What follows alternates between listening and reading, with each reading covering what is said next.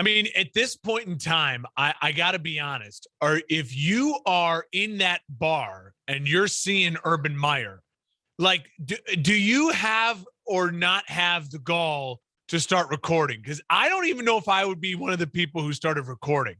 I think I would probably just be like jaw dropped, be like, holy shit, what am I seeing? What is going on? That definitely is Urban Meyer.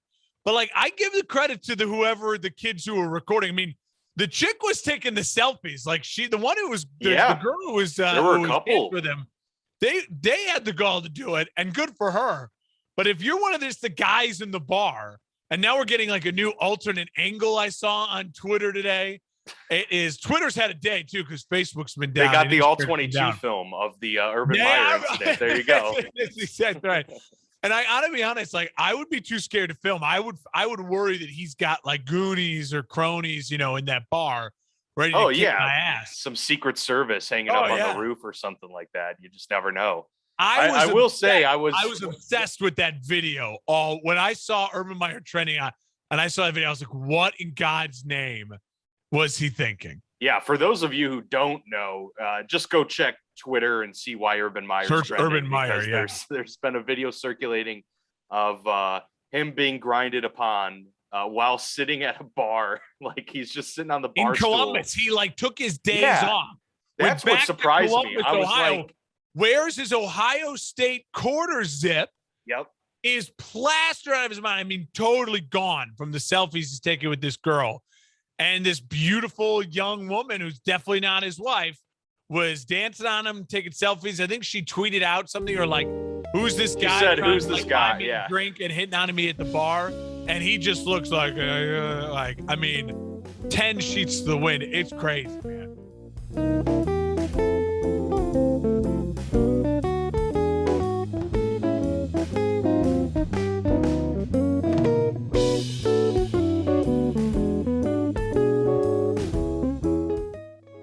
That's what I was most surprised about was, part of me was like, oh, this has got to be an old video. Because one, why is he wearing an Ohio State quarter zip in Jacksonville?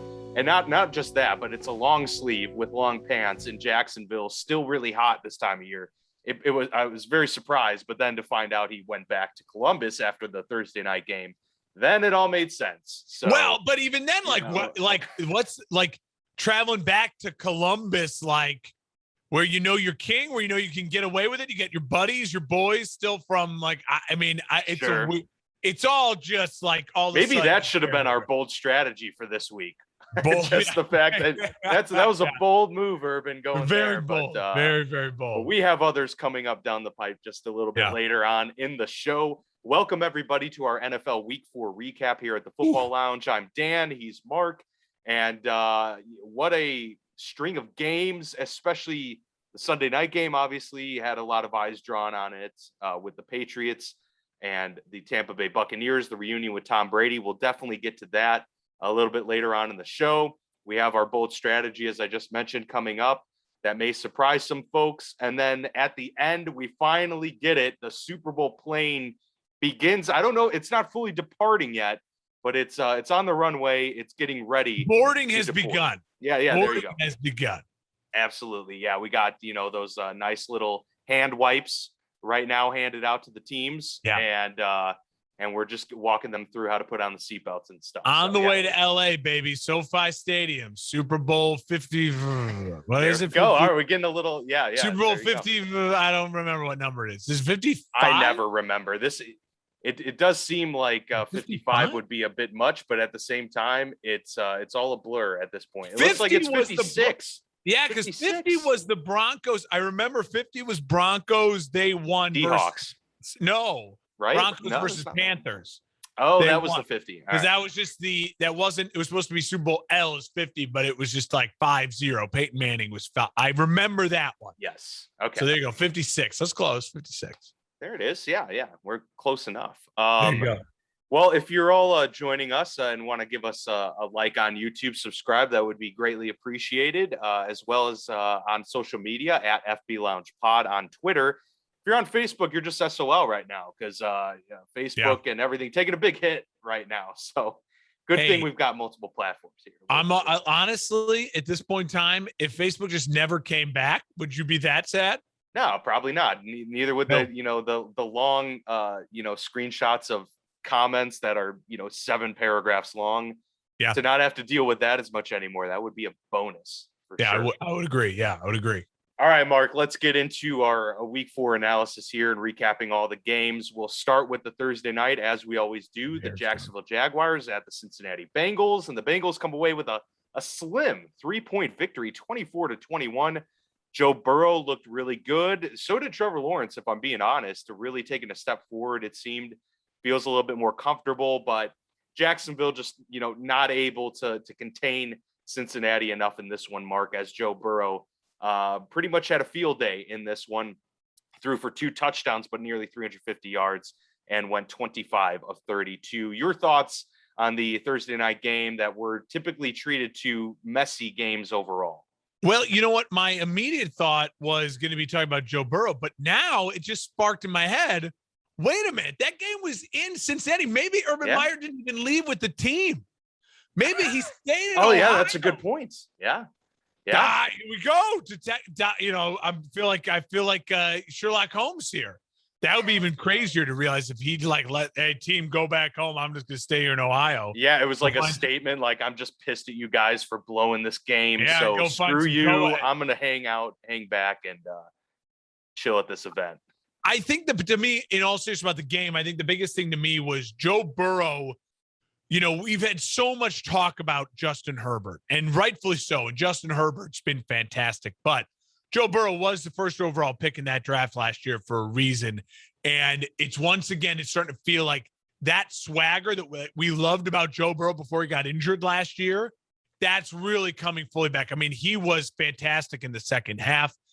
And yes, he's got weapons on offense as far as receivers and a running back, but that offensive line is still very shaky and that defense is very porous. And it's just, for me, the biggest takeaway from that game was Joe Burrow can be that dude. I really feel like if Joe Burrow's trajectory continues to go in this way through the end of his year and he is able to stay healthy, going into next year, I may feel even more confident about putting Joe Burrow in that conversation as a guy that if he's got the right pieces around him, you can win a Super Bowl with Joe Burrow. Like I feel like that was such an impressive. It seemed like it was just kind of like the whole Bengals staff was just like, all right, Joe, you got to win us a game. And Joe's like, all right, I can win you a game. No biggie. He's got such a great personality. You could tell the team rallies around him. Great to see him healthy. He's still got good mobility. And maybe it's because that knee injury happened when he was so young. And maybe it's going to take some years off the back end of his career and the mobility at the back end of his career. It certainly could. But right now, it still seems like he's got good mobility. To me, Joe Burrow was the story that he's really putting himself back in that category. Winning games, 3-1 in that division. It's going to be really, really tough with the Browns and the Ravens to stay afloat. But the Bengals looking feisty.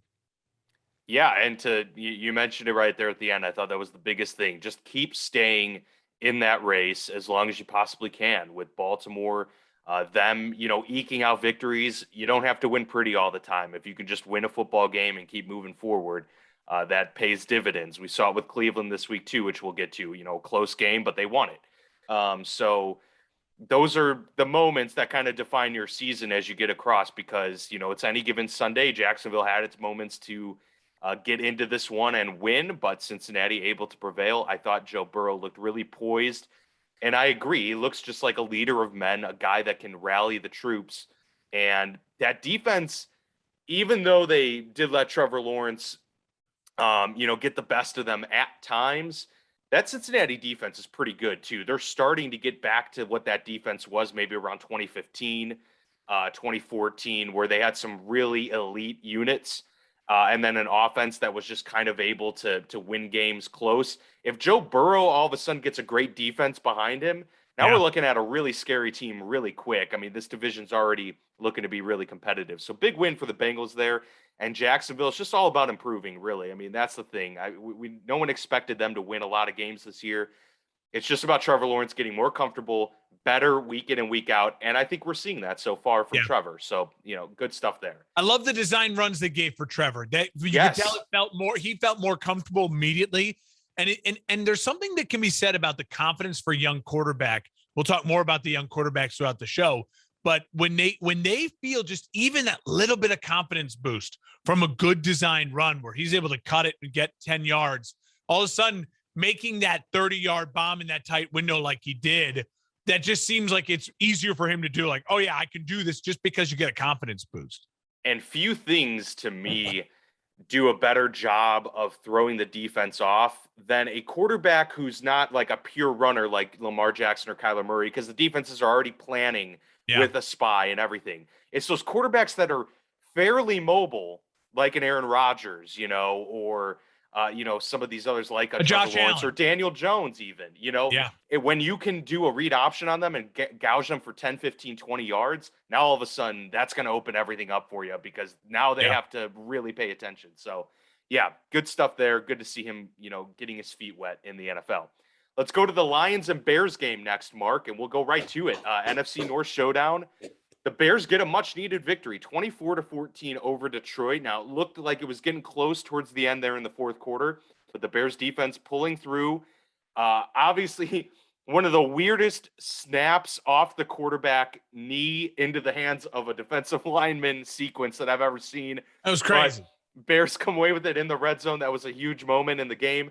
Darnell Mooney, a breakout game for him. 5 catches, 125 yards. Huge fourth down stop late in the fourth quarter. And so really an all-around team effort, Mark, and Justin Fields looking much better, albeit against Detroit, but you'll take it any way you can get it. Hey, listen, you always, again, this is a game you circle on the schedule that you win this game. You know what I mean? You want it. And there's the Bears played already. It seemed like just a different team at home versus on the road. They beat a Bengals team now that we think even a little more highly of at home. They took care of the Lions at home. They seem to be just a better team at home. Defense plays better at home. The Bears going into this Monday Night Football game lead the NFL in sacks right now. I think third on the list is Cleveland. They have 14. 9 of them they got against the Bears. So the Bears front seven and what Sean Desai, the defensive coordinators, do seems to be working overall early into his career as the defensive coordinator and the play caller for the defense. The biggest thing about this game was we learned after the game, Bill Lazor, the offensive coordinator for the Bears, took over play calling duties from Matt Nagy. And because of that, according to Kevin Fishbane, he's the Bears athletic reporter. I get this from Twitter. The Bears only had 17 pass attempts against the Lions. That was the fewest in a victory under Matt Nagy in his Bears tenure. The Bears are 14-3 under Nagy when they attempt 30 passes or fewer. Think about that. It's such a simple formula for the Chicago Bears. And from what the quarterbacks they've had and currently the quarterback they have. Now, in 4 years from now, the hope is Justin Fields plays a lot like more like Patrick Mahomes or like a Russell Wilson, and you don't need to run the ball that many times. You can trust your quarterback to win you games with his arm because he's seeing the field. He understands the NFL and the game, the evolution. But right now, a young quarterback, even with all the talent in the world, the key to success is taking the ball out of his hands and designing things for him to be successful. I tweeted out when you always talk about when you go back the next day and you look at your tweets, how did you feel about the game? I think the tweet that stood out to me the most was the Bears lined up in an I formation with 2 tight ends. They faked a run to David Montgomery. And then Justin Fields, off a play fake, was able to throw a dart 25 yards down the field to Allen Robinson. And that is something that I don't remember the last time I saw. Just a beautiful, simple, easy design play from the Bears offense used and taken like that and shown just perfectly. Like everything worked perfect on it. Of course, Justin Fields is the bomb to Mooney. The relationship they're growing with Mooney is fantastic. Allen Robinson still making incredible sideline catches. There was so much positive, and Nagy does deserve credit for, once again, stepping out, firing himself for the second time, hiring Bill Lazor for the second time in his career, Third time in his career, hired him actually to get the job, but now hiring him to call the plays. And credit to Bill Lazor. He deserves all the credit in the world for a really incredible game plan. That is the type of game plan for the Chicago Bears where they could get to 9 wins if they play like that. It bolsters the confidence for the defense, and who knows, maybe you could slide into the playoffs again. Now, all of that then is lost. You look at the next day when you see Matt Nagy talking about Andy Dalton is still the starter when he's healthy. This most insane thing. The dude is literally trying to drive us all crazy. Yeah. I don't want to talk about that. Going back to the game, the other thought I had in the game was, again, I still think the Lions are – there's such a I still think there's positives for the Lions. They're just so close. They shoot themselves in the foot a couple times. I don't want that to be blamed on Dan Campbell. I really don't. It's easy to take a shot at, the bite the kneecaps guy. I love Colin Cowherd. That was his shot at Dan Campbell. Bite the kneecaps, so hold on to the football. That's a dumb, I'm sorry, but that's trying to get likes on Twitter. That's a dumb argument. I still think if you actually watch the game, the Lions they feel this so close if they can keep putting things together with this all new coaching staff. And overall, it was an entertaining game. As a Bears fan, it just felt good to win a game that you're supposed to win, and offense looked good. So a lot of positives are going into it. But again, I'm completely no expectations going into Vegas next week. That's for sure. Yeah, to your point about Dan Campbell, by the way, it's we talked about this last week about having a clear path or clear identity. It at least seems in the early going here that we know what the Lions are trying to do and what they are. And so for that, you got to give them credit to be able to establish something like that this early in a tenure in your first season.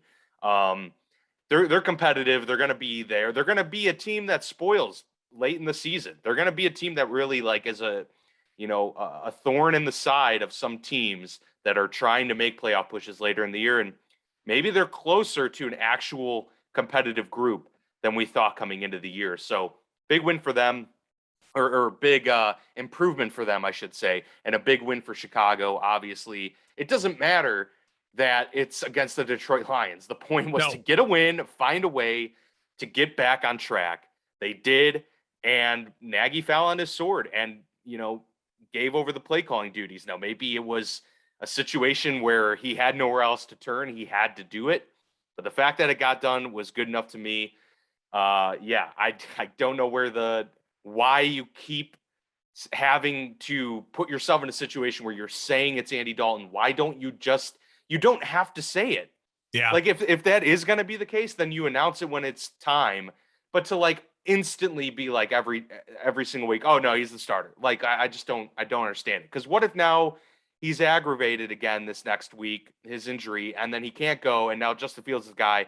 He's still going to have to go into it knowing, oh, well, I didn't really earn this. I've just been, grandfathered in because, Andy Dalton's injured. So the worst thing an NFL team could do is not give their starting quarterback all the reps in a week of practice leading up to a game. And if you're trying to figure out one guy's healthy and one is not, it's a nightmare. It's an absolute nightmare. I don't understand it. I really don't understand it at all, especially at this point, especially when you watch Justin Fields making those throws and Bill Lazor designing an offense that works for Justin Fields. I mean, he's the first one in that building, it seems like, who gave a shit about Justin Fields' success and actually helped him succeed, it felt like. And Matt Nagy deserves a lot of criticism for the way, I think, post-game press conference also trying to take I think he said something like every single play call went through me. So even though he was calling it, I had the final say on everything. It's like, dude, shut up. Credit your guy. He's saving your ass right now.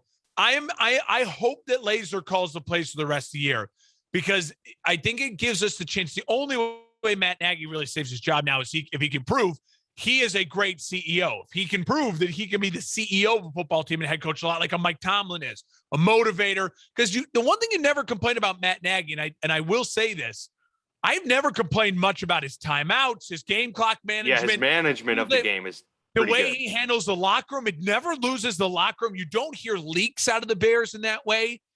I do give him a lot of credit. It seems like he could be a good CEO of your football team. It seems, though, as he continues to make bad decisions about his own arrogance and his importance for the offense as opposed to, dude, you got the job, just keep winning and you'll keep the job. Mike McCarthy doesn't call the plays in Dallas. You know what I mean? Like, where's the, and I know it's a bad comparison. I guess you maybe don't want to be compared to Mike McCarthy, but McCarthy gets complaints about his game clock management. So fascinating stuff. And I will say this, you know, at this point, it's a week-to-week basis. The roller coaster for the Bears. Here we go. That's right.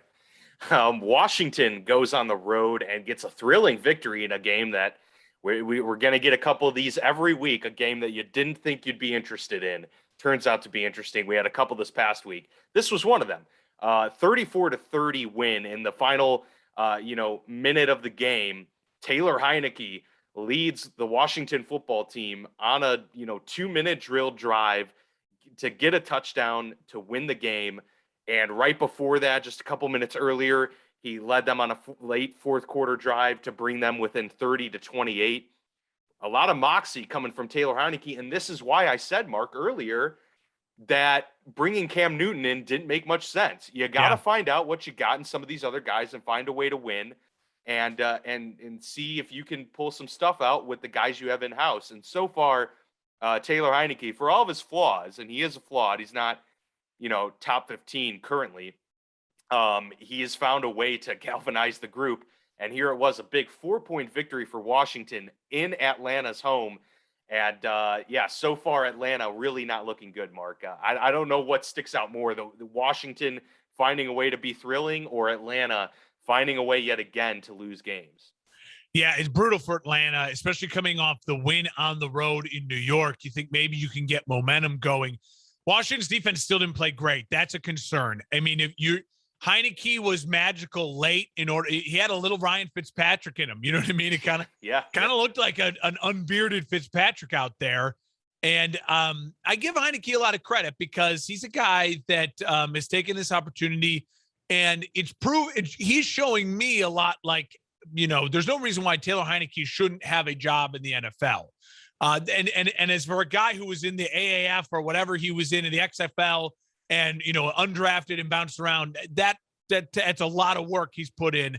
And but for the football team, big win to get to 2-2. Huge difference between being 2-2 and 1-3. We were talking about that last week. It is a big difference, even though there's the extra game. It's just one extra game.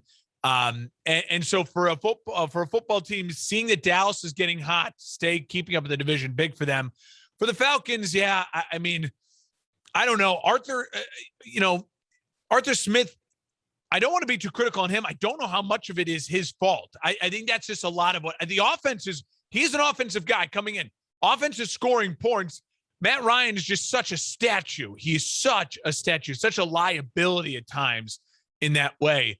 Falcons, they're in for another long season. And the football team, big win for them to keep staying relevant in the early part of the season. Yeah, absolutely. Big win for them and way to show up against an offense that was looking really good. Yeah, the biggest question is going to be, is the football team's defense regressing, or is this just has this just been a slow start? Yeah. We'll find that out. You hope it's the latter because, I mean, that defensive line, is on paper the best in the league. There's not even a question about it. And you thought they'd be taking a step forward. So far, they've taken a step back.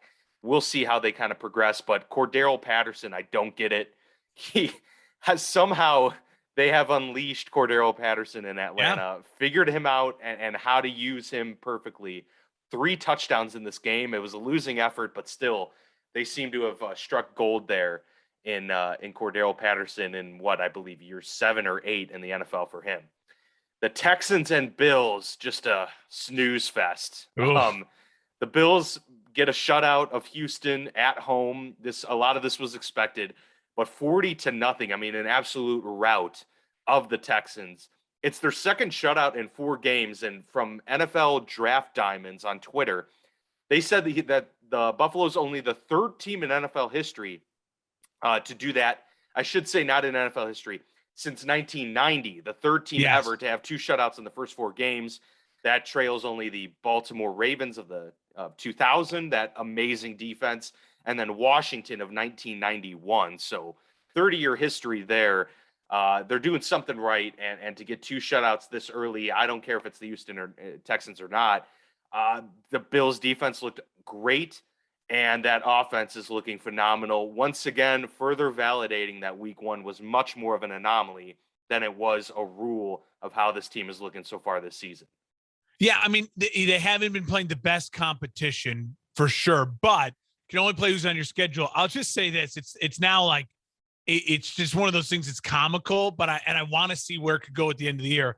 The Buffalo Bills point differential is plus 90. The next closest, for example, the next closest one in the whole of the NFL is the Arizona Cardinals at plus 55. So the Bills have 40 point. You could take away this 40-0 win, and you would there. be right there for the tie for the league. I mean, that's just what they've been on in these 3 weeks. Josh Allen's really coming alive, and these are, as much as you want to downplay the fact that they're beating up at a bad Texans team. Again, you can only play who's in front of you, and I will say this once again. Let us all remind ourselves. I know it's only week 4. There's only one spot that gets the bye week in the NFL playoffs now. 7 teams, 1 bye week. The Bills putting themselves, now they have a huge game next week. Huge game against the Chiefs. They're putting themselves in a good position to give themselves some breathing room, because you're going to see in the NFC and the AFC North, I think those teams are going to start beating up on each other a little bit here now. The Browns, the Ravens, the Bengals. The AFC West is going to beat itself up. The Bills have an opportunity, if they can continue to sweep through their division, to not get beat up on in their own division. And then it gives them the opportunity to maybe lose to a Chiefs team, but still have the ability to get to a 1 seed in the AFC. And that's got to be their focus. The playoffs going through Buffalo and having a Mahomes or a Jackson or a Baker Mayfield in Buffalo, the AFC Championship game, that would be massive for the Bills. That'd be huge. And we're talking about a division that's a little bit weaker than we thought, too, in the AFC East. So the actual pathway for the Bills to achieve this seems to be a little bit more favorable at this point. Now, it's a long season. Maybe New England strings together some wins. Tua comes back, brings Miami, back into relevance. We'll see kind of how that stretches out. But as of right now, it looks like this is for sure the Bills division by a long shot. And so now they got to set their sights on the AFC. Totally agree there. Panthers go on the road and drop a close one. I mean, it was definitely like a shootout in Dallas, but the Cowboys come away with a 36-28 victory, giving the Panthers their first loss of the season. It's hard to make of this game, or hard to know what to make of this game. No CMC. Darnold looked really good at times for the Panthers. A couple moments there where it didn't look as great. The defense certainly wasn't as dominant as it had been the first 3 weeks of the season. So, maybe they're not as dominant as we thought, but they're probably not nearly as bad as what the Cowboys exposed them to be. Cowboys are just a great offense, Mark. And so for them to put up 36 points, not the biggest shock in the world. But I did like the fight you saw from Carolina in this one. They were in this to the end. But Dallas, once again, they're looking a lot better. I know I had them winning the division, had them going to the playoffs. You were a little bit lower on them, but even I wasn't necessarily as high on them as what they've shown to be so far this year. A lot seems to be clicking for Dak and company with Kellen Moore, with Mike McCarthy. Even despite some downfalls, they've risen above time and time again. I think these two teams are a lot closer than that score in that game would indicate. I think if this game was played in Carolina, I could easily see it going the other way, especially if CMC is playing. Yeah. I think in a neutral field, I think they're also almost as close as they think. I think Dallas is a little bit of the better team, mainly because Dak, I think, just is playing at a higher level than Sam right now, and he's just got way more weapons overall. I would take Dak over Sam Darnold at this point in time for sure. But they're closer than you think. I think this is exactly starting to see, though, who the Panthers are. The Panthers can be really competitive with the top of the NFC and maybe even upset some of the best teams in the NFC if it's right conditions at home, things like that. And it's certainly on the track to be maybe one of the top 7 teams in the NFC. For the Cowboys, though, what I think this win signals to me is this is a more focused Cowboys team than we've seen in the past. Because in the past couple of years, this is the type of game the Cowboys totally would have lost. And it's why we both, I think, bet the Panthers the plus 4.5. The points in our post we put out on the Facebook page earlier this week, RIP Facebook, is that this is a game they would have lost because they were just coming off a giant win in division on Monday Night Football. Everyone's singing their praises. A noon start against the Panthers team coming to town kind of made it, flip-flop, wishy-washy, and not really show up, but they showed up. They were motivated. And Dan, the Cowboys could go on a run here. Their schedule that looked tough at the beginning of the year. Now, as he's starting to realize what some of these teams are, I mean, they have the Giants at home, and then they're at New England. That doesn't seem as scary anymore for the Cowboys. They're at Minnesota. That doesn't seem as scary anymore. Hosting the Broncos, hosting the Falcons before they go at the Chiefs. So they have the next 5 games, all very winnable games. I think they should be favorited in every game in the next 5 games. They could be 8-1 going into that matchup against the Chiefs in mid to late November. So keep an eye out for the Cowboys if they're going to run. I don't know if that means they're a great team and the team to beat in the NFC. Just think their schedule's breaking really well for them in the right time. They are fairly healthy, and Diggs is a stud. Micah Parsons is a stud, and that defense looks a lot different with Dan Quinn and 2 studs like that, and taking the pressure off the Jalen, Jalen Smith, and some of the other pieces they have on that defense in Dallas. Micah Parsons is incredible. I mean, that's a big takeaway. The Diggs is incredible too. That kid is a stud. They have a dominant playmaker at every level, and that's a big emphasis on what makes defensive units great is if you can have a great playmaker at each level, that's really going to make you a formidable unit week in and week out. And I love that you brought Dan Quinn into this equation because I think he's been probably one of the biggest, if not the biggest factor in kind of their turnaround here. I mean, the offense hasn't changed a whole lot with Dak given. I mean, obviously he was hurt last year, but when Dak was good before that. Now, obviously he looks better and they have CeeDee Lamb and all of that stuff, but the offense we knew was good. The big question mark was the defense. He has now made this a defense that can hang with them, and I know they allowed 28 points. Be good enough to only let up 24 points. That, you know what I mean? Their offense is going to score 30, so just don't give up 30. And it seems like he's got them in a competent way, plus the additions of Micah Parsons and the emergence of Diggs. Absolutely. Before we move on, I want to pose a question to you. Yeah. Who would you say right now, if you were thinking about who's the best running back in the league right now? And by the way, there's an objective answer to this question. To me, I would still, if I'm building a dream team right now, I would probably take Derrick Henry as my starting running back. I just think that what Derrick Henry offers you, maybe not for the next 5 years, but just for right now, I just think what Derrick Henry offers you is something that no one else can in such a unique way. I'll roll with Derrick Henry, but I think it's really, really close with a couple other guys. And, CMC being one of them. That's fine. And I did mean just this year as well, but the correct answer is Sam Darnold because Sam Darnold leads the NFL with 5 rushing touchdowns, more than Derrick Henry. And, they're using his ability to move and be physical. He's a physical guy. Yes. He's a big dude. We saw that 40-yard touchdown run last year for the Jets, where he spun out of a tackle and the guy's athletic and so they're using that to their advantage. And that's a perfect example of what we talked about, getting defenses fooled because they're not expecting it. And then each time they're okay, they're giving us this lane. Let's just roll with it. Let's do the read option and run with it each time, Sam. And it's worked to perfection in the red zone so far for them. Oh, I couldn't agree more, but it's also just a great example too of an organization that made a smart move. They took a flyer on Darnold. To be honest, the Panthers could care less at this moment if Darnold gets injured. He has to earn the job. You know what I mean? He has to prove that he can be the guy for the next couple of years. Well, they didn't invest. They didn't invest in him in that way. They're not trying to protect and bubble wrap him like the Jags are with Trevor Lawrence or, you know what I mean? The flyer on it, and it's working. Sam Darnold right now, still to this point, has earned an extension with Carolina, in my opinion. Absolutely. Especially with the draft next year being not so great looking with quarterbacks.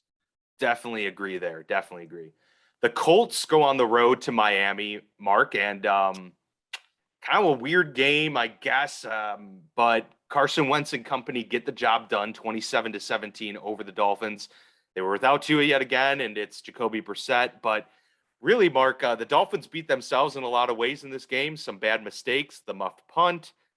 Jacoby Brissett fumbled in the fourth. That both of those led to 6 points for the Colts. And Wentz did look a lot better overall in this game with some flashes of the old Carson Wentz that we saw, extending plays, making some big throws. What did you take away from this game? Because the Dolphins were, they're wounded and injured, but the Colts in a game that they needed to win, really, I mean, to avoid really falling down a bad slope there, they get that first win by 10 points against a good defense at home. Yeah, I mean, this could have been a disaster of a weekend for the Colts. They could have fallen to 0-4, and with looking at a schedule, thinking, oh, the Titans are playing the Jets. Oh, that's an easy win. This could, everything broke right for the Colts this weekend.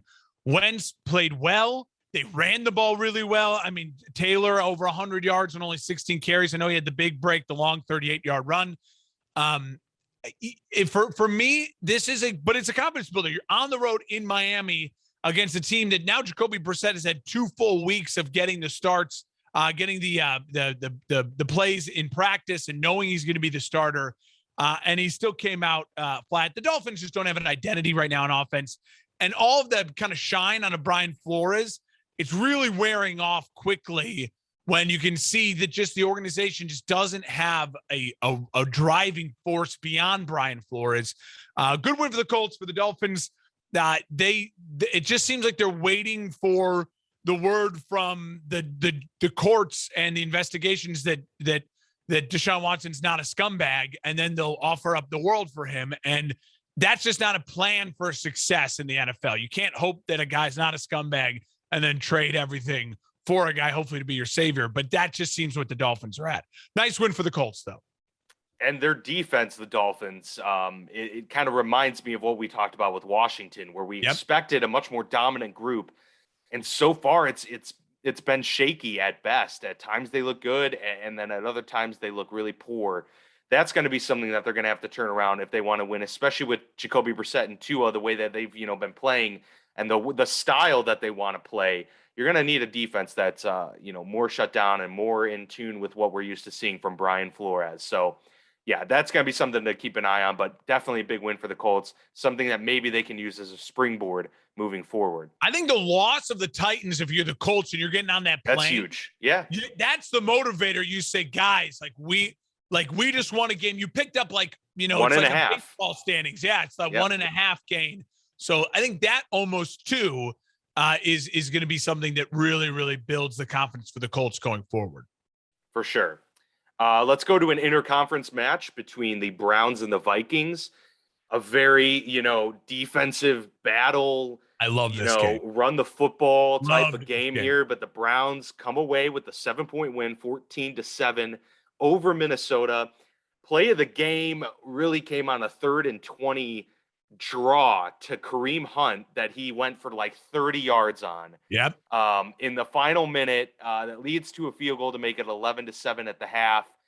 And it really seemed at that point, the Vikings weren't able to get anything going. The Browns defense was hanging tough. It was going to be difficult to get points, and they didn't give up any points in the second half. The Browns didn't get another field goal. It's enough to win by 7.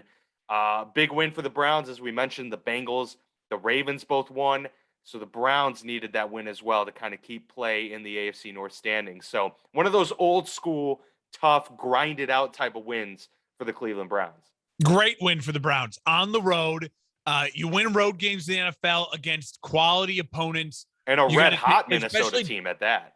Well, yeah, but they got down early too. I mean, I remember watching on the red zone. It's like, crap, Minnesota's already up 7-0. And I bet that game was part of a parlay. The Browns would win. And Minnesota just offensively after that completely lost real identity. They just could not get anything going. And the Browns defense is certainly improved. Offensively, I'm a Browns fan. I'm a little worried at this point in time. The Minnesota defense was struggling at times. Other teams put up big points on them. Baker, it just seemed as though was off. It just didn't feel right at times offensively. I think there was maybe a little bit of too much emotion for Kevin Stefanski going back. He'd spent how many years that organization? Over 10, something like that. It was a real homecoming for him, but a great win for the Browns. Love that, especially as a Bears fan. I'm very anti the Vikings. I have a soft spot for the Lions, very anti the Vikings just because I don't like the Vikings. And to me, this is more who the Vikings are. That win against Seattle, I think, is a little bit of a hungrier dog in the moment. They got up for it, but when they're not up for it, and again, that's a shame on the coaching staff, shame on the players. You can't get your guys up for any game, but you have to be 0-2 to get up for a game. We'll see with the Vikings for the future, but great win for the Browns on the road, finding ways to score safeties or whatever they were doing. You know what I mean? Field goals, 11-7 at one point, a weird scoring, and finding ways to win that game. Browns move to 3-1. Vikings fall to 1-3. Let's go to the NFC showdown between the Giants and the Saints. Danny Dimes and company coming out with a big win, man. 27-21 over New Orleans. The Giants were down 21-10, Mark, with 7 minutes to go in the fourth quarter, and they come back to win it. A quick touchdown. Then they tie the game with a field goal in the final minute. This goes to overtime, and then Saquon Barkley delivers the heroics and the game-winning touchdown as the Giants get a much-needed win on the road. A lot of people talking about how the first game back in the Superdome in front of fans in nearly 2 years because no fans last year due to COVID. A big environment for Daniel Jones, for Joe Judge, and the New York Giants to walk into, and they come away with a huge 6-point win against a team that held the Green Bay Packers to 3 points in the opener. Yeah, this is a massive win for the Giants. And again, it feels like a hungry dog type of win. They were backed into a corner, embarrassed at their home against Atlanta. Great game plan to come down. And, I thought Daniel Jones played well against a very good Saints defense. For the Saints, that's an embarrassing loss. I mean, I know there's a lot of emotion going to the game, but if you're Sean Payton and you're looking at your own standings and trying to get your team into the playoffs, this is the type of game you're circling to say, how in the world did we blow this game? And it's a real look in the mirror type game for the Saints overall. A little too much Taysom Hill at times, the interception, you're trying to get things going, trying to get the crowd going and into it and, kind of nailing the coffin of the Giants, but couldn't happen. Big win for the Giants. I don't know how long it lasts, though. That's a concern for me. The Giants, kind of the opposite of the Cowboys. Cowboys schedule, it's like, man, they're favorite 5 of the next 5. The Giants, it is. Yeah. It could be brutal for them. So if they can come out and string a couple wins, win 2 of 3 or win 3 of 4 and shock us all, and this gets us going, this could really be huge for Daniel Jones and huge for Joe Judge, all of them in that organization keeping their jobs. Daniel Jones needing a win like that to just help his case as a leader, and it's a big win nonetheless. Even though it was, wins in New Orleans aren't easy. No, they're not easy. It doesn't matter who's playing quarterback. So definitely in the Big Easy. Titans at the Jets. Oh my long game. This goes to overtime, and it was a long overtime as well. I was not a fan. Audibly. Yeah. The Jets getting their first win of the season. Maybe their only win of the season. We'll see. But 27-24, Titans in trouble here. Ryan Tannehill, this was a game for them to right the ship and, get back into just the dominant offense that we saw last year. But instead, Derrick Henry did Derrick Henry things, but Ryan Tannehill still struggling with this new group. And the Jets defense gets Tannehill on the ground 7 times in this game, 7 sacks for the New York Jets. That seemed to be a lot of Robert Saleh's kind of, motif and his impression on this team. And that led to overtime. And then you got to hand it to Zach Wilson making some big time throws when the team needed it. But they hang on to win as Randy Bullock misses a field goal, which would have tied it and likely ended the game in a tie. Instead, Jets come away with a 27-24 win. It's weird to feel this way, but it's just how I feel.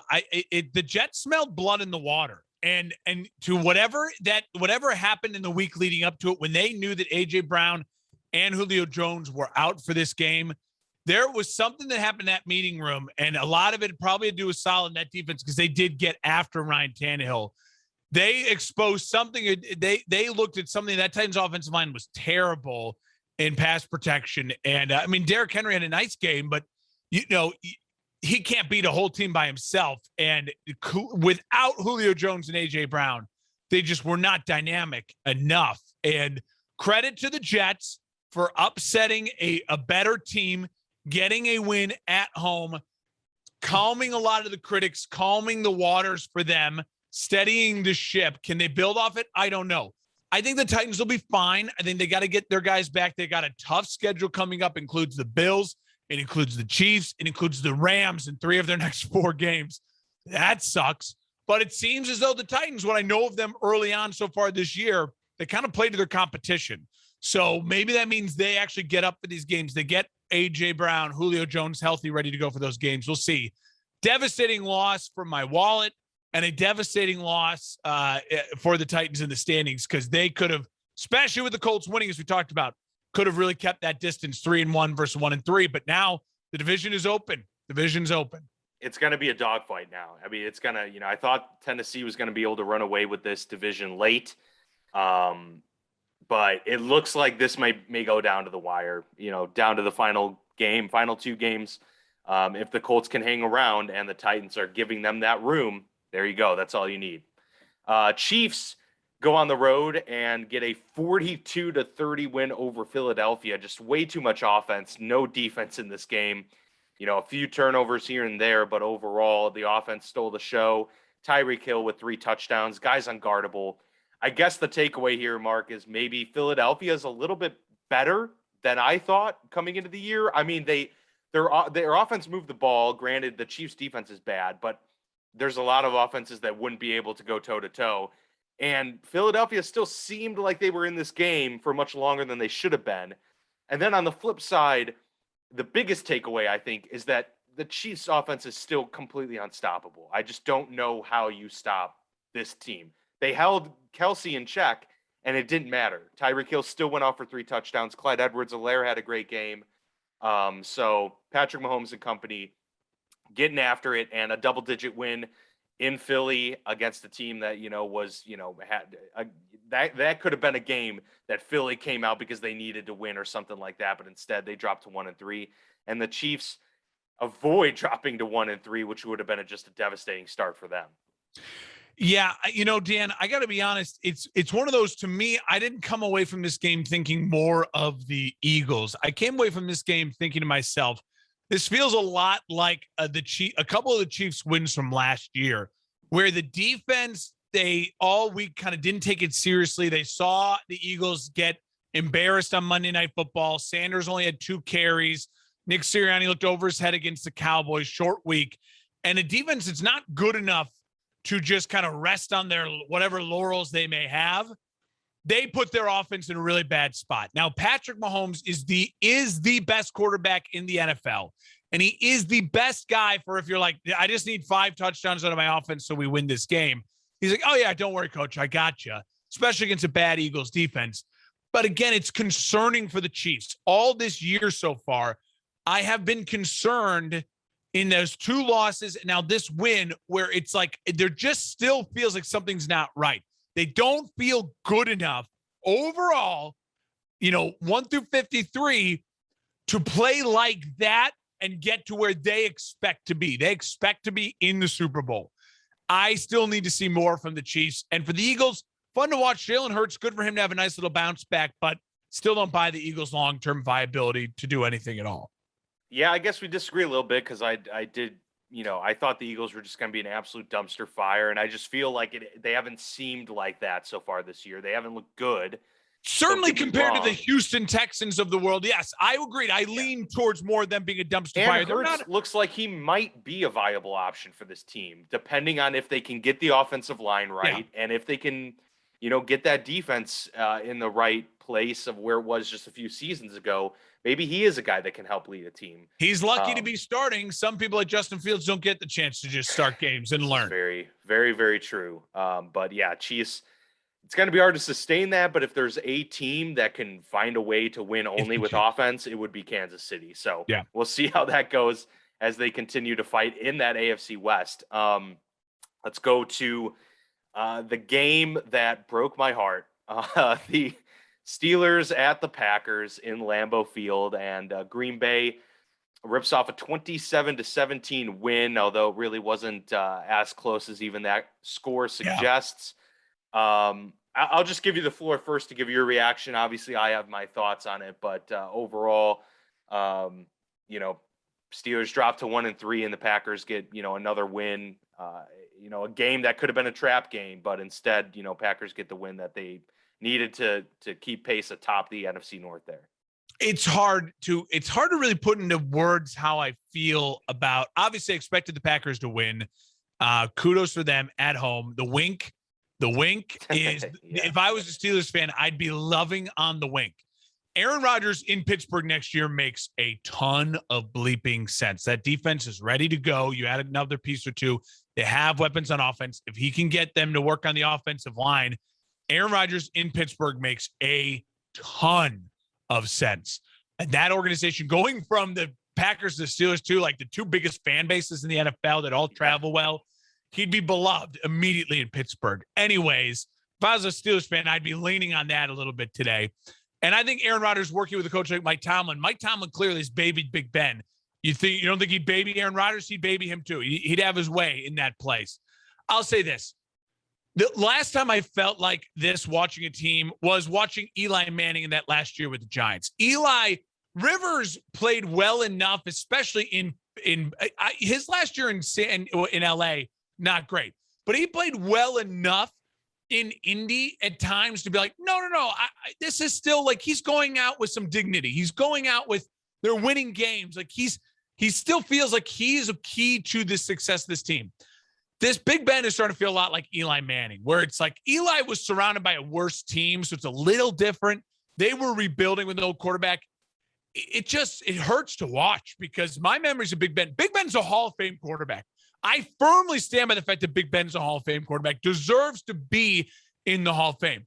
He's in that tier like 3 of Hall of Famers. I think there's tiers 1s, 2s, and 3s. There's like 3 guys in tier 1, in my opinion. There's many guys in tier 2, and there's a lot of guys in tier 3. He's in that tier 3, but he deserves to be in there. And this is kind of hard to watch at this point in time. And the game plan is not helping him. And that's what's disappointing is that Canada, I believe his name, the offensive coordinator, like they're just not doing what they need to do to help him either. And it's just like watching a kind of a blind dog in a fight. And he's got some of his senses and he's like barking at something like, no, the bag that he's attacking you from the right, but he's looking left because he thought he smelled him because he can't really see out of his right eye. It's just like, it's hard to watch. It's a little hard to watch right now. Yeah, no, it absolutely is. And, especially juxtaposed to Aaron, who's still throwing darts and is just, and is only like 2 years younger than Big Ben. Yeah. It's brutal. No, it is. The wheels are starting to fall off if they haven't completely fallen off. I mean, they are wobbly as all hell. And you're right about the team not scheming for they're compounding the problem. And that's the issue is when the problem is Ben's not mobile anymore, and he's not the old Ben.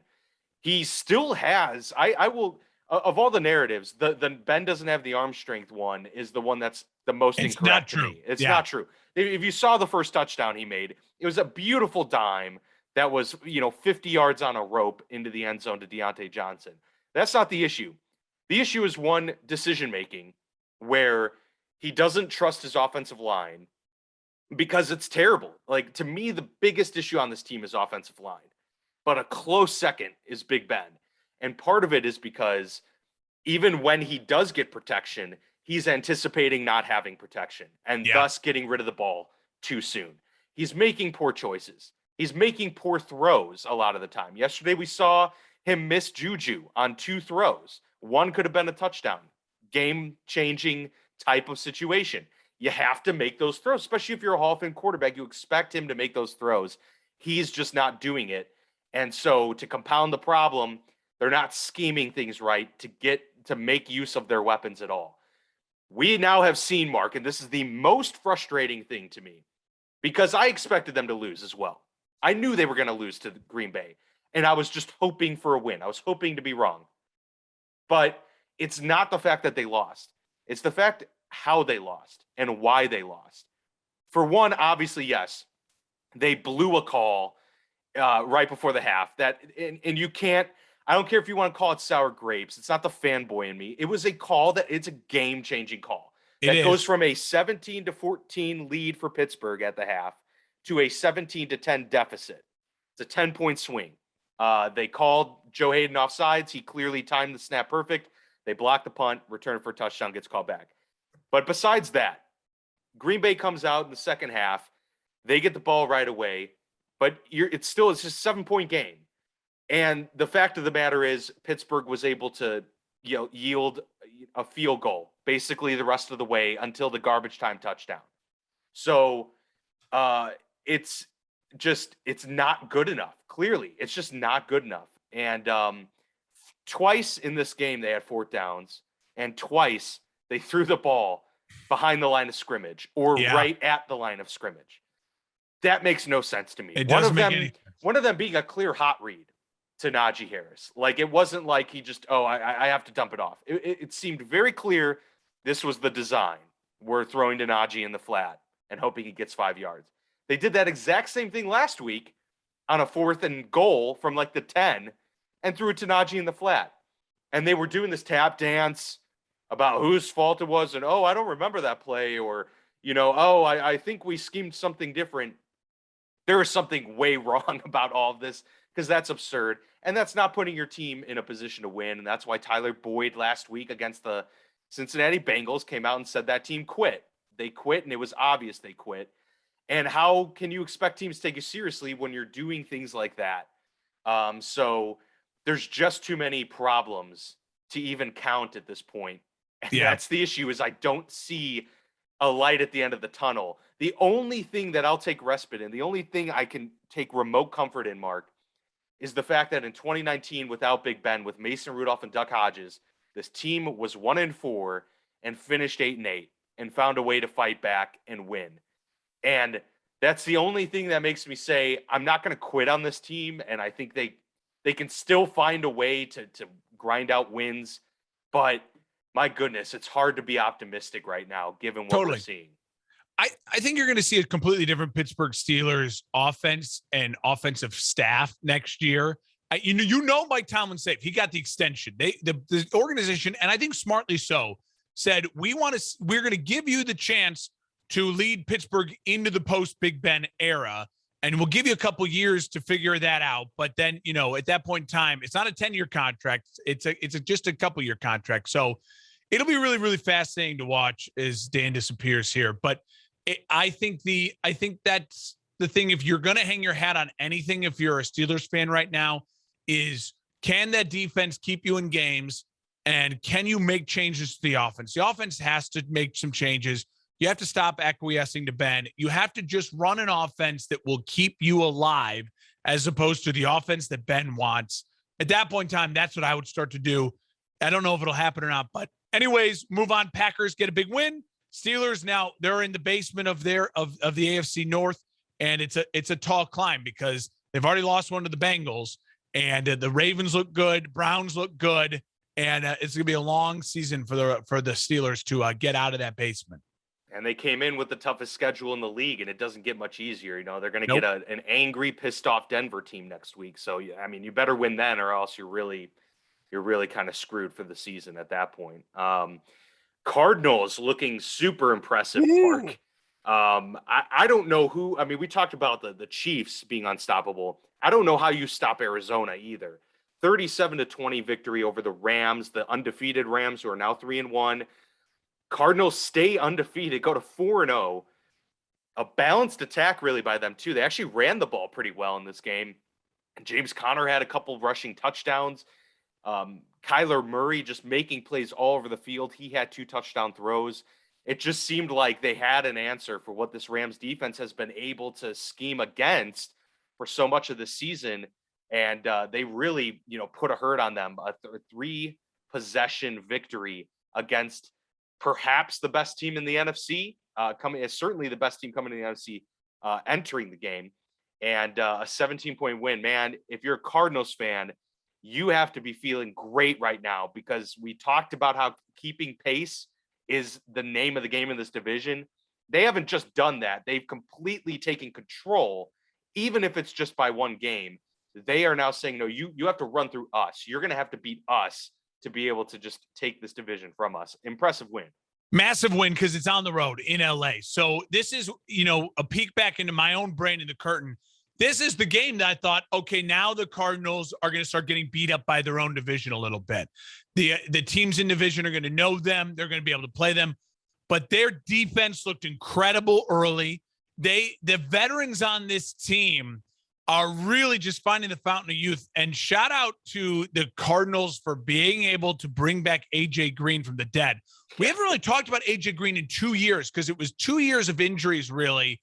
And then last year with Joe Burrow, and then no Joe Burrow. So he sat out a lot because there's just the Bengals were going nowhere, kind of self-preservation. He's been off our radar. But AJ Green, for 8 straight years with Andy Dalton, it was AJ Green and Julio Jones were the 2 best receivers in the NFL.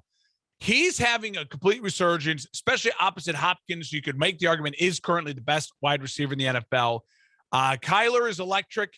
The Rams will be okay. As you'll hear, as I'm going to veil my Super Bowl plane later, the Rams going to be okay.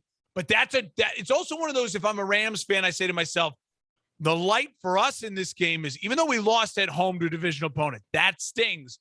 But it's the kind of sting that kind of gets the headlines out of your eyes.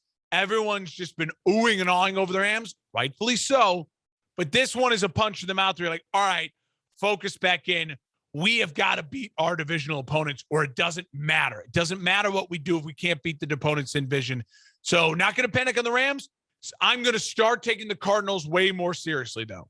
Absolutely. It was a putting the league on notice type of game for the Arizona Cardinals. And they're doing it without needing DeAndre Hopkins to be the guy. And that is significant. You mentioned AJ Green leading the team, 5 catches, 67 yards, and a touchdown there. So big stuff for him. And, that receiving core and the multiple weapons they have in the backfield as well, making them quite a force moving forward. Seahawks go on the road, talking about the NFC West here and pulling out a big victory. A lot of these games this week had implications, Mark, this early on. And Seattle getting a much needed win in the division against the 49ers, 28-21. Russell Wilson, the fastest to 100 victories, beating Peyton Manning out by 6 games. It was a defensive battle early. It was just 7-7 at the break, but both offenses kind of opened up after that in the second half. Jimmy Garoppolo goes down to injury. Trey Lance takes over. He looked good in his first extended time, 9 of 18. 157 yards and 2 touchdowns for him. Also had 7 carries for 41 yards. But it's the Seahawks. A big 4th down stop they had midway through the 4th when it was a 28-13 game. And their defense stepped up when they needed it to. Russell looking good. Had made, some more magic that we're used to seeing from Russell. And they get that win, and they, really stay in that race in the NFC West, even if it's early. We've seen how good these teams have been. This was a win that they needed, especially a road win there against San Francisco. This is why I picked the Seattle to win that division. I trust them in division. They have a way with Russell Wilson. I think the best player in that division, not named Aaron Donald. Their offense with Lockett and Metcalf is very, very explosive. Talk about being able to score in 3-play drives. And also, I just want to make it known, my bold prediction at the beginning of the season, all rookie quarterbacks would start a game by week 6. Looks like that's going to come true now with the injury to Jimmy Garoppolo. Again, you just can't trust Jimmy Garoppolo with the injuries. And at this point in time, depending on how much time he misses and depending on what happens with San Francisco over the next week or two with them, if they go 0-2 with Trey Lance, whatever, do you stick with Trey Lance? How does he look? I mean, he looked good. It looked also at times like he underthrew guys, overthrew guys. You can tell he's got all the ability in the world. He's like that puppy that's discovering you got to rein him in. He's going to grow into, and he's got big floppy ears yet. He doesn't know what to do with them yet. And you can see that in like 2 years from now, that dog's going to like win, the dog show. He's going to win Westminster Abbey. He's going to be incredible. He's going to be a specimen. But right now, he's just like, just going around drooling everywhere. He really does have all the talent in the world. It's exciting to watch. But right now, this is still Russell Wilson's division. The Arizona beating the Rams with the Seattle getting the win, that makes me feel even better about Seattle's chances to still win this division, even though there are 2 losses compared to the 1, and there's none for the Cardinals. So really fascinating game, fun to watch. It was hard, though, because I kept watching Arizona. I kept like flipping back and forth. I'm like, God, it's just so much fun to watch Arizona right now. Yeah. So kudos, big bounce back win for Seattle. The Cardinals got a lot of flack when they decided to go to Kyler Murray 1 year after taking Josh Rosen. That appears to be a phenomenal move. Franchise-changing great decision. Absolutely. Steve Keim deserves credit for that. Yes, GM. You take your lumps.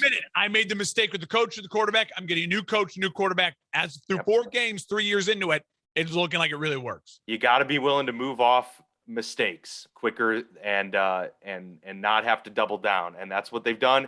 And I agree, because if you're Seattle, if you're San Fran, I'm still more scared of the Rams in the long-term run. Yes. Than the Cardinals. So for the Cardinals to get that win over the Rams, I think that is a much more helpful move for all of those teams in the division. And a large part of that is we just haven't seen the Cardinals get to the playoffs yet with Cliff Kingsbury. So much of this is based off of when we say things like that. And I agree with that statement. I'm more scared of the Rams long term. Sean McVay, I've seen get to Super Bowl. Sean McVay, I've seen lead this team to the playoffs. And Sean McVay, I've seen keep it close with a Jared Goff with a broken thumb in Lambeau in the playoffs last year in like 2-degree weather. So we know what to expect from them long term. They'll bounce back from this loss. But yes, I agree with you. I'm still more scared of the NFC West is fascinating. And this brings up a great point. I was thinking about it earlier. The NFC West, I think, is the easiest division to say has the best quarterback play 1 through 4 in the NFL. I do believe the AFC West is a very close second, though the West, because if you look at either division, Derek Carr being the 3rd best quarterback in the AFC West, and then you would say the 3rd best quarterback in the NFC West is Kyler Murray. I mean, that is, if Kyler Murray's the 3rd best quarterback in your division, that's insane. Like, that is an insane division. When you look at an NFC North and you say, well, who's the 3rd best quarterback in the NFC North? Jared Goff. You know what I mean? Like, it's a fascinating thing to think about. But the West, if the NFC and the AFC, just loaded with quarterback talent. Absolutely. And that's going to be probably the most competitive by the end of the season. The team that, I mean, you could really see 4 teams going to the playoffs. Like, especially with the standings, where it's breaking down. The standing where it's breaking down right now. I don't doubt that it could end up something like that. I mean, you look at in the NFC. I mean, it looks like the East will have 1, the North will have 1, the South could have maybe 2, but we don't know where Carolina's going to. Yeah, that would be the only one that you would think maybe. Yeah, it's going to be. There could be 3 teams from the NFC West. There really could. And you know what? There's going to be a team that makes it into the playoffs in the NFC that is not as good as an NFC West team that doesn't make it in, because maybe they get beat up in their own division. But I still think you could argue the 3 best teams in the NFC could be out of the NFC West right now. It's just crazy. Absolutely, it really is wild. The Ravens go on the road, defensive, battle of 2 of the best defenses in the league right now against the Broncos. The Ravens put a hurt on them, 23-7. And, the biggest headline coming out of this one, Mark, is that the Ravens tied the Steelers franchise record of 43 consecutive 100-yard rushing games. And they did it on the final play of regulation. Instead of a kneel down, they got 5 yards on the final play and kept that streak alive. But Baltimore, got to give them credit, because Denver was coming in red hot, undefeated. And Baltimore, obviously, it was a matchup that maybe wasn't as conducive because the Broncos defense had been lights out coming into this one. But the Ravens did what they needed to do to get a win. And now they are still, that number one team in the AFC North, tied, but clearly just based on what we've seen on tape, atop that division and still a force to be reckoned with early on in this one. Yeah, I mean, as soon as Teddy Bridgewater goes down, you really lose a lot of hope for the Broncos to stay alive in this game. And Drew Lock throws his interception, does what Drew Lock does. He's got all the talent, it seems like, in the world, but just can't really put it together. Tough spot for him as well to get in there and just be thrust in there. But he's a guy that has starting experience before. Like to see, if you're Drew Lock, you're hoping for a chance of that. It's hard you don't want to root for injuries for a guy, but you're hoping for your chance to get back out there, and it just didn't go well. I'll say this about the Ravens. I have no qualms with them doing what they did. I know Vic Fangio threw a little bit of a fit over it. But you know what? That's one of those things. The game is they've won the game. The game is over. If they want to do something for them that's meaningful for them with their preseason wins and stats like that, they certainly deserve a stat like that because they have been incredible with that they've done in the modern era of the NFL compared to what the record was and where you ran the football and that's all you did. And you ran the ball 40, 50 times a game. So credit to that. I think it doesn't bother me at all. They're a hot team, 3 in a row. And I don't think less of Denver. A lot of people are like, oh, Denver got exposed. The Ravens are really good. And Denver's to me is a lot like a Carolina in the NFC. What we talked about earlier. I think Denver's one of those teams, and we'll talk about in the Super Bowl plane. They are a team right now that you just got to give them a little bit more time to really start figuring out what they are. I got to see a couple more games. I hope Teddy Bridgewater is able to come back right away. I hope the concussion's not too bad. That will certainly help them stay competitive. But right now, I just think that right now the Ravens are a better team. They're playing better football, better players, better coach, and a lot better quarterback. And so they won a game on the road. Yeah, and that's all you can ask for a team like that. And I think anyone being upset about them going for it for the record to hang on to that, I think that's silly. It's a meaningful record. It's one that's very difficult to achieve, as you mentioned, in today's NFL. So. What's that? Not like it's deservedly so. It's not like they were they'd already blown you out and they're going for the record of rushing for 10 touchdowns in a game. They've already rushed for 9 and there's like 10 seconds left and they're like desperately trying to rush for a 10th touchdown to run up the one score in one game. Right. They're going for something that's a much longer seasons of long games. It's to hang on to what you've already done. It's a continuation of what you've done. And it wasn't a total blowout. I mean, I agree with you. Yeah, Vic Fangio was pretty salty afterwards. He called it bullshit, to be exact. That's what he said. And John Harbaugh clapped back. Absolutely. They're both allowed to give their thoughts on it. But, Fangio not happy. And, Harbaugh, on the other hand, said Denver tried to throw the ball in the end zone with 10 seconds left right before that on 4th down or something. And Harbaugh said, throwing the ball in the end zone with 10 seconds left, I don't know if that's there's a 16-point touchdown that's going to be possible right there. So just throwing some shade there at the end of it, but big win for them. And it looks like they may be able to actually break the record next week as they take on the Indianapolis Colts, whose defense has been certainly less than expected. They've given up over 100 yards a game. So we'll see. Colts Ravens is next week. Is that in Baltimore or Indy? That is in Baltimore. So that's tough break for Indy. After they get this win, likely going back in the they're going to get ruined. Oh yeah, they're going to get ruined. Now on to the most anticipated game of the week. Proud of the season, the decade, whatever you want to call it. Tampa Toms returned to Gillette Stadium as the Tampa Bay Buccaneers took on the New England Patriots. It was a game that we both expected to be like more of a shootout and more of Tampa to just dominate, but instead it seemed like one of those games with like jitters, getting to a lot of people. And then on top of it, the weather wasn't ideal. So you kind of throw that all into it. It was a little bit of a sloppy game, but the Bucs pull out a 2-point victory, 19-17 over the Patriots. Tom Brady didn't look particularly great.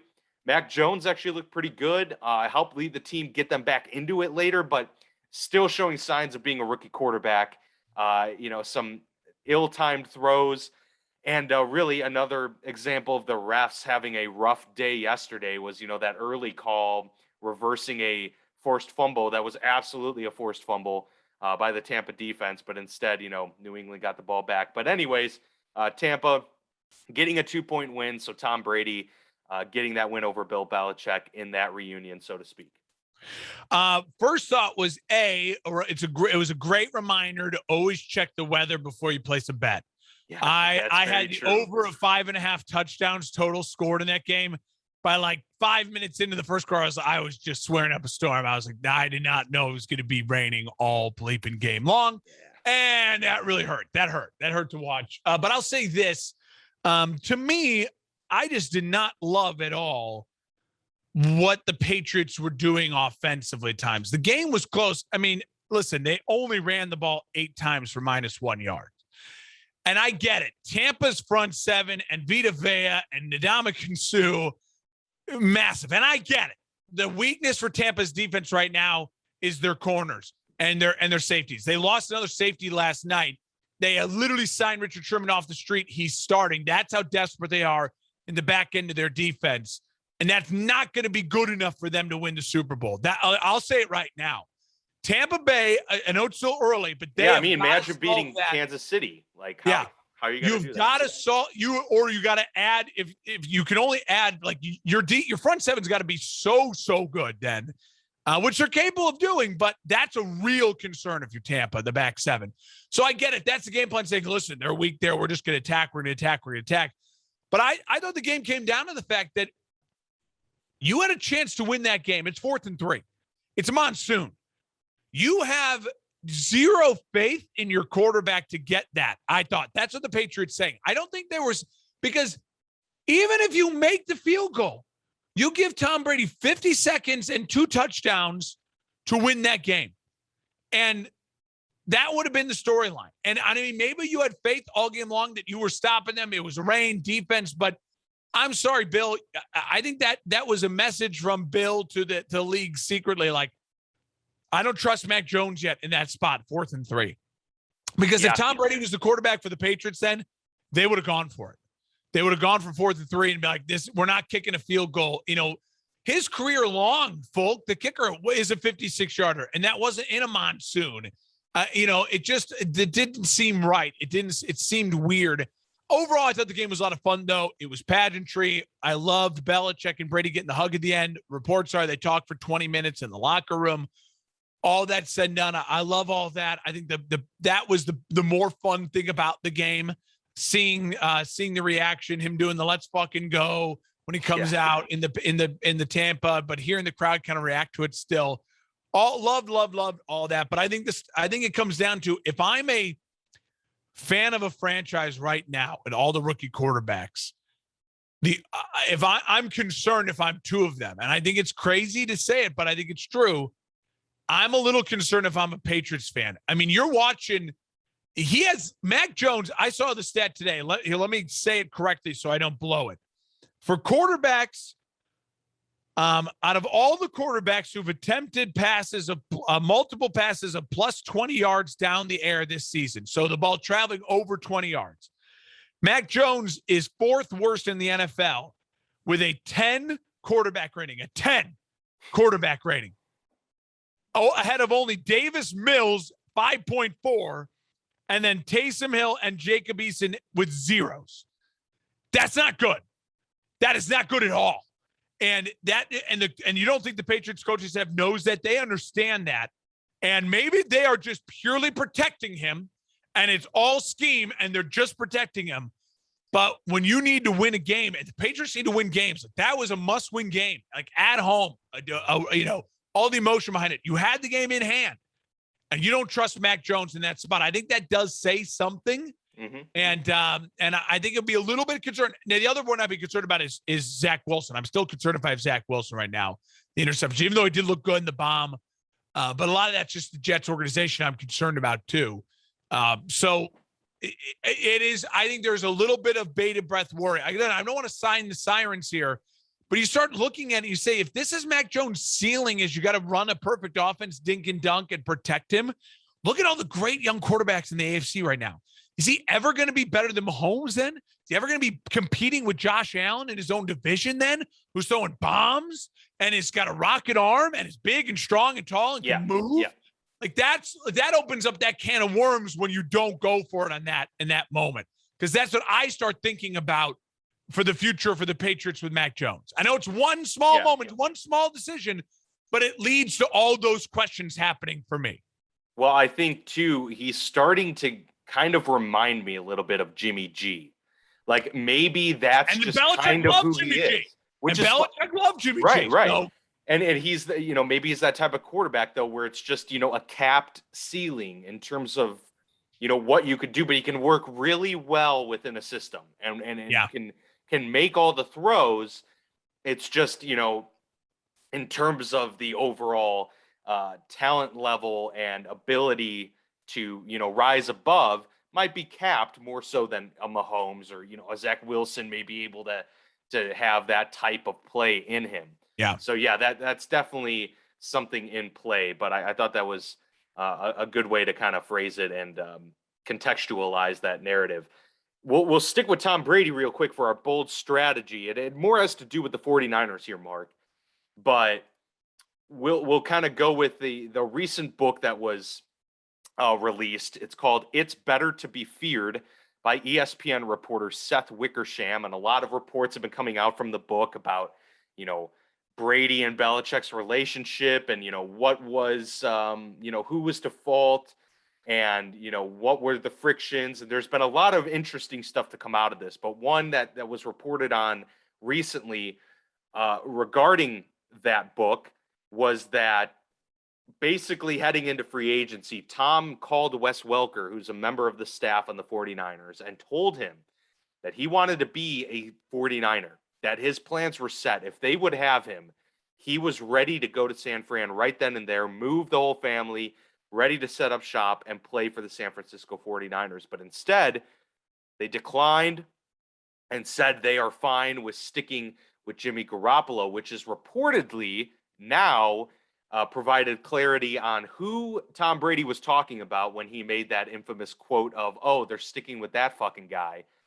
That apparently, that guy is Jimmy G, and a lot of it's starting to make a little bit more sense now. But the bold strategy here, Mark, out of this whole thing is that the San Francisco 49ers said, nah, we're gonna pass on bringing you in, and we are going to stick with Jimmy G. It's a bold strategy, Cotton. Let's see if it pays off for him. And here we have it now. Tom Brady wins the Super Bowl in his first year and the new team. And Jimmy G gets hurt the first year, and second year now he's already hurt again. So it's kind of an interesting situation here where San Fran could have had Tom Brady, and how different would things have looked. It certainly would have been interesting to see. Instead, he goes to Tampa, a history of losing, and resurrects that franchise instead. Hindsight is so 2020. I don't want to roast the Niners on this because they had just come within Jimmy G 3 yards overthrowing Samuel. Right. It was Deebo Samuel, I believe. No. It was he's now on the Bills. Was it Emmanuel Sanders? Sanders. In that one. That's Samuel, okay. Sanders. Yep, Literally overthrew him at 3 yards, and they could have won the Super Bowl. Yeah. So I don't want to overreact. They had invested a lot of money in Jimmy G. They knew they had 2 more years of paying Jimmy G last year and this year before they could really do anything with that contract anyways.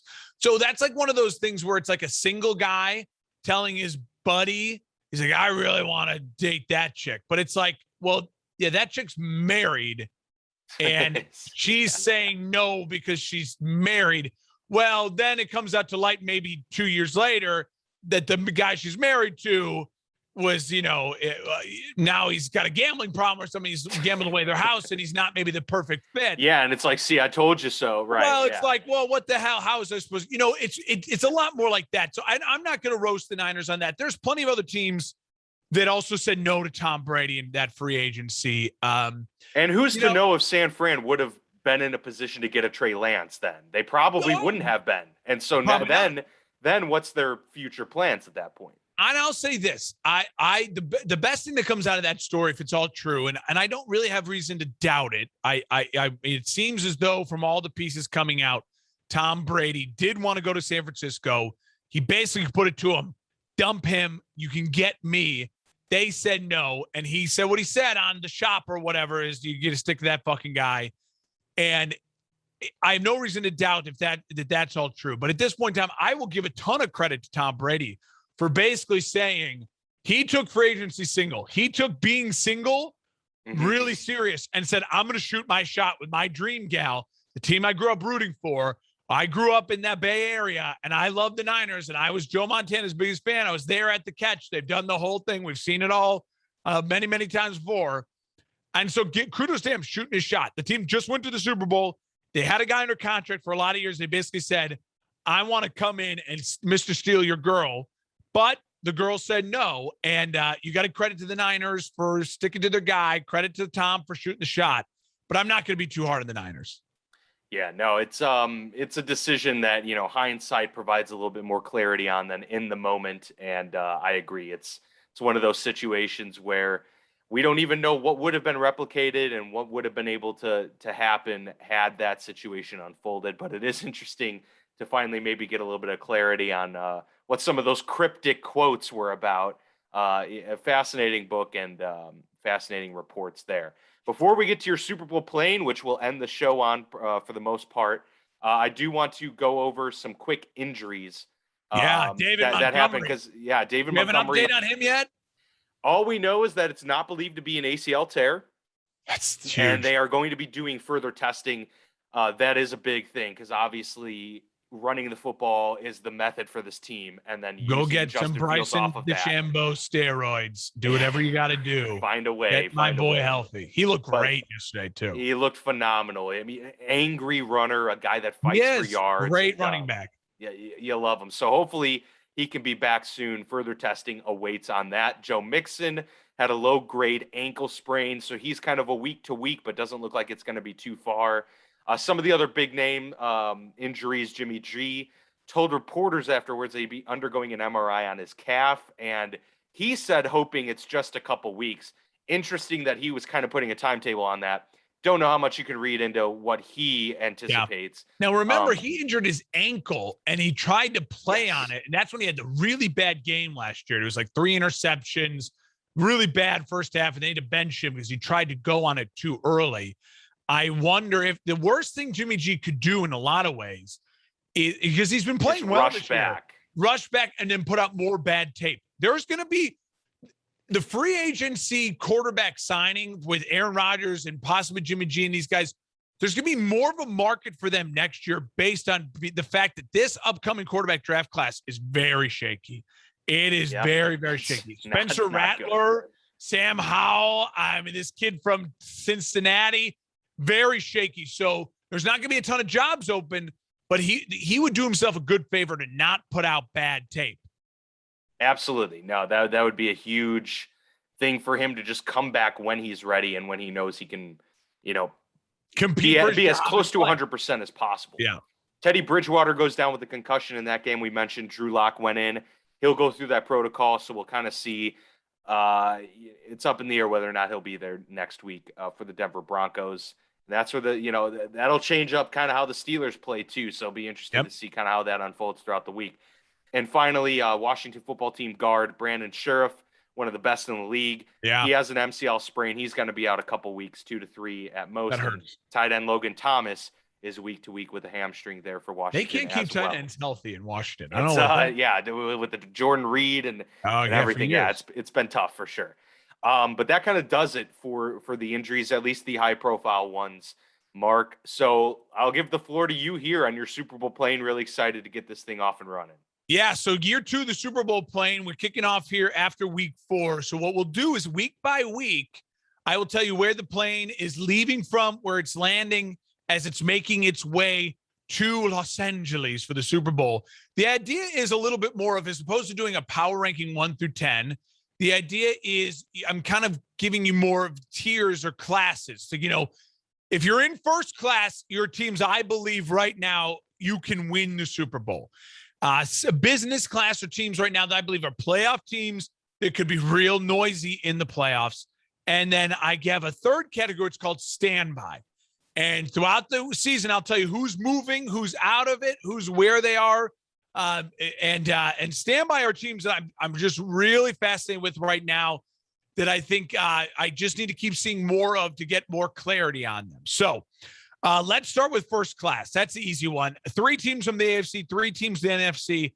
The Chiefs, the Ravens, the Bills. Those are the 3 teams in the AFC right now that I feel confident saying I think I could see them winning a Super Bowl. The Ravens, obviously playing great football, won 3 in a row. Lamar Jackson, MVP, running the ball still really, really well. They're figuring out the running back committee. Latavius Murray, 58 yards, a touchdown. They can get him going. That's going to be huge. The Bills, obviously, again, won 3 in a row after the week 1 loss. They are putting body bags on teams, not against the greatest opponents, but we're going to get them to see them play the Chiefs this week. And the Chiefs, until further notice, I have a hard time putting the Chiefs not in the first class. If they lose an abysmal game to the Bills next week, that could change some stuff, but they're in first class until further notice. For the NFC, the first class teams, Packers, Bucks, Rams. A lot of you are going to say, wait a minute, the Cardinals just beat the Don't overreact. I still feel as though, as I'm envisioning long-term, I'm still higher on the Rams right now than I am the Cardinals. We'll see. It's week to week. Things change. Same with the Bucks. Their secondary is going to become a real concern here, but their schedule is still very workable in the coming weeks. They have time to heal, get better, make additions. We're not past the trade deadline yet. And for the Packers, again, they're a team that, a lot like these other teams, lost week 1, have really put it together in the previous 3 weeks. Some really good wins, solid wins. Starting to really get their mojo going, and it's Aaron Rodgers. So obviously that plays a factor. Business class. Again, 3 teams in the NFC, 3 teams in the NFC. Didn't do that on purpose, just kind of the way it worked out. Business class NFC teams. These are teams that, again, I feel are confident in the playoffs right now, could make noise in the playoffs, but I would be a little shocked if they end up in the Super Bowl. Cowboys, Cardinals, Seattle. From the NFC. Don't want to spend too much time on either of them. I think you know why I feel this way about them. The Cowboys could be the 1 seed in the NFC with the way their schedule's working out. So I don't think they're a Super Bowl team because I just think the defense is still too young, and I just don't trust Dak Prescott yet 100% to be Super Bowl, carry the team to the Super Bowl. Cardinals, they're so close to first class. They are the seat where they see first clast, and they can reach the curtain. Yeah, the curtain keeps wobbling open, and Patrick Mahomes keeps swatting it closed because they're at the back of first class. It's really, really close, but I just need more. I just need to see more time. And then for Seattle, obviously Russell Wilson is the reason why they're in business class. Browns, Chargers, Raiders are the teams in the AFC. Chargers and Raiders, a little cop-out. They play tonight. The winner of this game will be firmly in business class. The loser will be in standby. But until that happens, till the game happens, I just can't. I don't feel strongly enough about either to put ahead of the other one. And for the Browns, offensively, they worry me. Baker Mayfield, 14 points. They got all the talent in the world in that offense.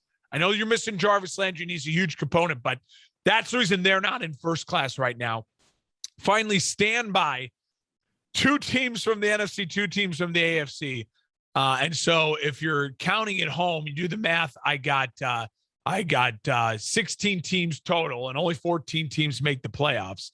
So I'm kind of giving you my idea of who I think is going to be in, who I think is going to be out at this moment. Standby is the 49ers and Panthers in the NFC. Still very high in the Panthers. 49ers right now. This is going to be very interesting with Trey Lance. So much is going to depend on, can he keep them afloat, or can he explode like we saw from Justin Herbert? Cannot wait to watch the next 49ers game. And then for the AFC, it's the Bengals and the Broncos, both 3-1. They're in good positions right now. I don't really know where their future goes. I'm very high at the quarterback position in the Bengals and nothing else, really. Offensive weapons I like for the Bengals, but shaky on their defense and offensive line. The Broncos, really high in their team. I don't know what to do with the quarterback position, though. So they're kind of opposite. If you put Joe Burrow in Denver, that's a playoff team. That's like a business class playoff team.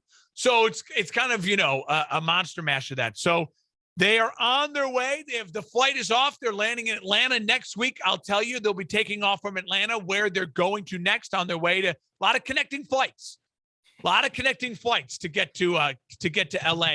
They won't be in LA until the playoffs start. Yeah, so, it's a long flight. This is long flight. A lot of vacation time though. being used. They're out of Florida, and they're not going back to Florida, though. Spoiler alert. A lot of connections in the East Coast and the Midwest to get out to LA. So I'll fill you in next week with shakers, movers, who's in, who's out of the Super Bowl plane. Awesome. Wow, very good. Love that. Do we want to do any Monday night? I know by the time people are watching this, starting in there you go. High in the Chargers. I think the Chargers win this one too, and I think they kind of expose the Raiders, especially the Raiders defense there. High scoring.